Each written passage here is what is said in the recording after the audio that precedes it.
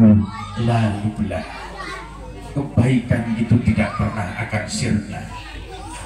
Wal ithmu la yunsa. Dosa tidak akan terlupakan. Wa kama tadinu tudani. Sebagaimana kamu berbuat, suatu saat engkau akan diperbuat. Yang paling penting di ujung ini Bapak Ibu, ternyata bisa merubah pola pikir, pola hidup seseorang. Wa kama tadinu tudanu. Sebagaimana engkau berbuat, maka kamu akan diperbuat. Suatu ketika saya itu jalan sama istri waktu mudik ke pasar, jalan kaki, karena dari rumah sekitar 1,5 kilo atau 2 kilo kami jalan kaki. Di sana kami cari sarapan pagi-pagi habis subuh. Ketemu penjual nasi kuning, nasi uduk sama nasi campur di pinggir jalan. Kami bungkus 5. Setelah kami bungkus 5, pada saat bayar, ibu yang sudah agak tua, agak sepuh ini bilang, "Nak, dibayar 4 saja, yang 1 gratis." Apa? Yang 1, alhamdulillah. Sewenang lewat barang gratisan. Enak aja nih barang gratis. Pun saya bukan kegirangan, kesenangan, bukan. Wong saya lihat bayar. Yang menurut saya ini aneh dan janggal. Ibu ini tak lihat bukan orang kaya, bukan orang yang berharta banyak. Tapi kenapa dia kok melakukan itu? Gratisin 1. Setiap orang yang beli 5 gratisin 1, beli 3 digratisin 1. Tak tanya akhirnya, "Bu, apakah ibu ini melakukan seperti ini hanya pada saya?" Enggak, Le. Semua orang yang beli lebih dari 2 tak gratisin 1. Masya Allah. Kenapa? Apa punya ibu motivasi? Motivasi apa yang membuat ibu begini ini? Lantas beliau cerita, "Nah, saya punya anak itu kuliah sambil mondok di pondoknya Yai Marzuki Mustamar." Anaknya ibu, "Iya, anakku yang paling botot, yang ragil." Terus apa hubungannya dengan menggratiskan ini, Bu? "Nah, saya melakukan ini bukan untuk saya, tapi saya niatkan untuk anak saya, cucu-cucu saya, dan keturunan saya. Barangkali dia di pondok, di sekolah, di kuliah, tidak punya uang mau bayar makanan, suatu hari mengalami kesulitan, maka saya berharap kepada Allah dengan sedekah saya, anak saya ada yang menolongnya." Masya Allah. Ini yang sama Mbah Soleh diarani ilmu tebus. Ilmu tebus. Sama tak ceritani malam hari ini. Mudah-mudahan bisa berubah nasibnya. Ini rahasia, dan alhamdulillah sedikit-sedikit saya amalkan. Pernah, ini kejadian langsung juga sama saya. Jam 2 dini hari, enak-enaknya tidur pulas. Saya kalau tidur dulu itu pasti di atas jam 12 baru bisa tidur, karena diajak ngobrol ngopi sama Cak Mul CS itu ya. Baru pulang tidur, saat disiut enak tidur, diketokin pintu rumah saya. Diketokin, "Pak Amin, tolong Pak Amin, tolong." Akhirnya istri kaget, "Milih dibangunin apa enggak ya suamiku ya?" Baru tidur ya. Akhirnya memilih dibangunin. Mas, bangun mas, bangun mas. Ada apa, Dik? Ini ada yang ngetok-ngetok. Ada yang ngetok-ngetok. Siapa sih ngetok-ngetok? Pak Haji Mustafa tak? Bukan. Pak Haji Sobiri? Bukan. Setelah itu saya bukakan, "Loh, ada apa Kang?" Teman saya ngetok-ngetok, dia bilang, "Tolong, istriku butuh diantar ke RSUD." "Siap, Saya tidak berpikir panjang, langsung saya ambil kunci, saya ganti baju, minta tolong istri itu diambilkan. Istri saya masih debat, Mas, Mbok yo nggak usah, kalau jam 2 dini hari loh, kenapa Mbok layani? Sudah sampai jam nanti pulang dari RSUD saya kasih tahu. Ini pelajaran berharga Bapak Ibu.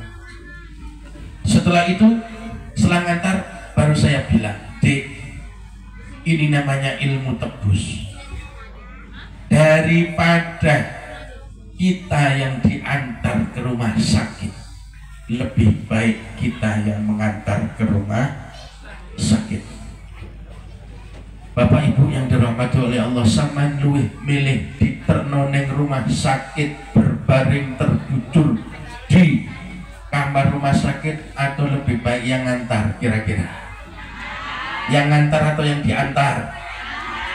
Oleh karena itu sing entengan ketika ada orang sakit butuh pertolongan, jenuk ketika ada orang membutuhkan, bantu.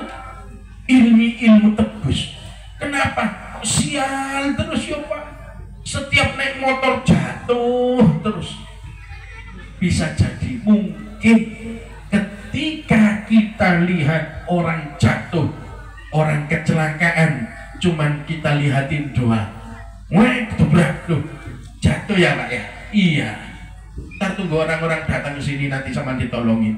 Enggak sama tolongin, malah dilihat. Lebih celakanya lagi kalau sekarang difoto, dipakai status, aku nemu orang kecelakaan loh. Ini gak bener. Bapak Ibu yang dirahmati oleh Allah, kama tadinu tudah, sebagaimana kamu berbuat maka di situ akan diperbuat. Mungkin kita punya anak sedang mondok, anak sedang kuliah, tidak berada di dekat kita, anak sedang mengaji di tempat yang agak jauh dari kita. Ini bisa kita tebus, kita lakukan. Mudah-mudahan anak kita dimudahkan oleh Allah dengan kita bantu orang lain di sekitar kita semuanya. Bapak Ibu yang dirahmati oleh Allah Subhanahu wa Ta'ala, sebenarnya malam hari ini saya akan memulai dengan sebuah pertanyaan. Kenapa para pahlawan itu menjadi mulia di hadapan Allah Subhanahu wa Ta'ala? Kenapa orang tua kita itu menjadi mulia di hadapan Allah Subhanahu wa Ta'ala? Kenapa kita sering melihat ada tokoh, ada pejabat, ada salah satu dari masyarakat yang sangat dihormati, dibanggakan oleh banyak orang, dielulukan kebaikannya. Kenapa wali itu menjadi orang yang mustajabah doanya di hadapan Allah Subhanahu wa Ta'ala? Jawabannya ternyata karena dia merelakan dirinya untuk dia tebus menanggung penderitaan orang lain. Dia tanggung, dia tebus untuk dirinya. Kenapa bapakmu mulia anak-anak? Karena bapakmu dan ibumu rela menanggung yang harusnya kalian tanggung. Mereka sudah bangun bekerja di saat anak-anaknya masih terlelap tidur. Supaya apa? Begitu bangun ada nasi dan lauk yang bisa dia makan. Diangkat sama Allah jadi mulia, makanya disebut wali murid. Wali murid, orang yang menanggung. Wali kota, wakil wali kota kok mulia di hadapan rakyatnya? Kenapa? Karena dia mau mengabdikan dirinya, menanggung orang lain, orang banyak yang seharusnya bukan tanggungan dia. Dia rela korbankan hidupnya untuk menanggung penderitaan orang banyak. Kenapa Pak Lurah itu mulia? Karena dia memikirkan berbuat yang banyak untuk masyarakatnya. Oleh karena itu, idza ahabballahu 'abdan, ketika Allah itu cinta kepada seorang makhluk, kepada manusia, maka Allah akan mengumumkan kepada para malaikat ahlus samawat, penduduk langit, hei malaikat, aku seneng sama Pak Sulis, aku seneng sama Pak Lurah Tanjung Laut Indah, aku seneng sama Pak Sulhan, aku seneng sama Ustaz Ali misalnya. Maka cintailah oleh kalian mereka-mereka yang kucintai. Maka para malaikat itu semua cinta kepada mereka-mereka. Ketika para malaikat cinta kepada mereka, maka malaikat mengumumkan para penduduk bumi. Cuman kita sering tidak dengar saja. Penduduk bumi, Allah dan seluruh penduduk langit cinta kepada nama ini. Maka cintailah. Fayadaul qabul, kata Allah. Allah akan meletakkan keberkahan, dikabulkannya doa orang dicintai itu. Makanya jangankan sudah mati, masih hidup pun para wali itu, jangankan masih hidup, sudah mati pun mereka itu bal ahya, tetap hidup. Contohnya ziarah Sunan Ampel, coba lihat di sekeliling makam Sunan Ampel yang dikatakan sudah wafat tahun sekian hijrah, tapi beliau mampu justru menghidupkan banyak orang. UMKM hidup, berapa ribu orang yang terhidupi dari jualan souvenir makanan dan lain-lain di sekeliling Sunan Ampel itu. Sudah wafatnya, terlebih masih hidupnya Bapak Ibu. Fayadaul qabul. Allah jadikan doa mereka itu mustajabah. Makanya doa yang paling mustajab saat ini ketika ada ibu bapak, kita semuanya jangan lupa selalu minta doa kepada mereka. Wali murid, orang yang menanggung biaya hidup dan beban hidup orang banyak, khususnya anaknya. Oleh karena itu Bapak Ibu yang dirahmati oleh Allah, para pahlawan yang telah kemerdekaan Republik Indonesia ini, mereka mulia di hadapan Allah dan di hadapan sesama manusia. Kenapa? Mereka nafkahkan nyawanya untuk supaya anak cucunya kita ini bisa hidup nikmat, damai, tentram, menikmati kemerdekaan. Salah satu nikmat yang besar adalah nikmat kemerdekaan. Merdeka. Coba saman urip di jalur Gaza, lagi mangan pentol untuk separuh wis bom rutu, buk mencolot sak mangkoke, tak situ mangan.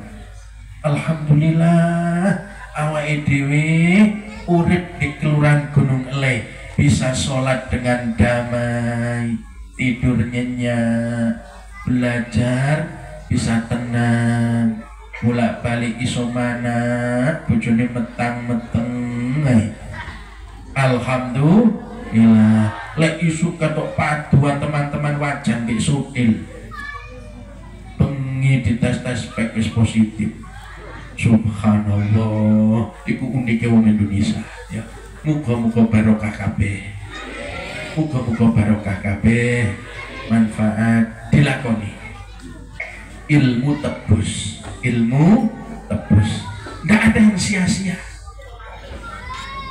Sampean jalan misalnya, oh ada tetangga kanan kirinya jual kopi, jual takjil, jual kue-kue, jual gorengan, jangan beli jauh-jauh, tetangganya dilarisi. Ini kebalik orang sekarang. Kalau punya uang banyak, belinya di Indomaret, mall. Begitu uangnya tinggal 2 hari habis, ke tetangganya utang. Masya Allah, kebalik. Ayo kita hidupkan warung-warung tetangga niku ditukoni. Jadi Gus Bahak sedekah sing paling penak saniki nglarisi dagangan tangga nggih. Nah, gak kroso. Gak iso tuku bensin aku mobilku Pak, wis tuku di tangga ngecer gak apa-apa. Badani tangga 2000, 3000, 4000 ndak masalah. Ya. tetangga kita ekonominya bisa hidup, bisa nolong. Pokoknya ada peluang berbuat baik, kita ikut ada di situ. Karena kita belum tahu amal mana yang diterima oleh Allah di amal kita ini. Barangkali sedekah kita yang menolong tetangga yang jualan keripik singkong di ujung jalan sana itu, Bu, kembali 2000, nggak usah, ambil saja. Masya Allah. Ditebus. Pak, saya kepingin anakku nanti kuliahnya lancar, pondoknya lancar, sekolahnya lancar. Mumpung anak sampean kecil-kecil belum kuliah, belum mondok, belum sekolah SMA, anakku masih TK, Pak. Bantu tetangganya, bantu temannya, mungkin yang kesulitan membiayai sedang anaknya menempuh jalur pendidikan di perguruan tinggi. Suatu saat gantian ditebus, Bapak Ibu yang dirahmati oleh Allah. Maka sebaliknya, ketika kita cuek, acuh tak acuh, nggak peduli, nggak peka, orang lain juga nggak akan peka. Lek tonggomu mati, lek lu mosok iyo jam piro iki, jam 1 cok mati ke jam 1 ya mati rek, gak iso milih. Nah itu wis turu mati tuh, ojo ngono, wis bismillah salto budal. Apa yang bisa dikerjakan pun itu talak. Itu apa kok talak? Itu namanya tebus. Ya, suatu saat kita sakit, orang ngabari, Pak Suli sakit, loh masuk, iya, Masya Allah, tak budal rek seakan wonge wapi, loh gitu. Tapi kalau kita acuh, nggak peduli, ya akan begitu. Ditebus, nggak pernah ditebus sama kita. Si fulan sakit, loh masuk, iya sakit. Oh iya, tak marek nih sih, aku ngitung duit. Engkau ayo mari ngitung duit tak budal, ini ya. Ketika kita berat menolong orang lain juga akan berat menolong kita. Seperti itu. Kama tadimu tudah. Sebagaimana kamu berbuat, di situ juga akan kamu diperbuat. Utang misalnya. Iki ono asing utang. Kata, kamu utangi lunas kabeh. Ya, lek gak lunas ya semoga-moga sing utangi kelas 0. Wis yo aku mari krungu pengajiane Pak Amin Sot, aku paling gawedhe kancarane ternyata kelas mau utang misalnya. Waduh, mulai pengajian utangi. Wah, itu pemutihan arek. Iya pemutihan. Pemutihan utang iki ya. Pemutihan STNK, pemutihan tanah, wong ora patek seneng biasane si Ali ya. Begitu pemutihan utang kabeh dadi putih. Alhamdulillah, sujud syukur sampai penjunda sih.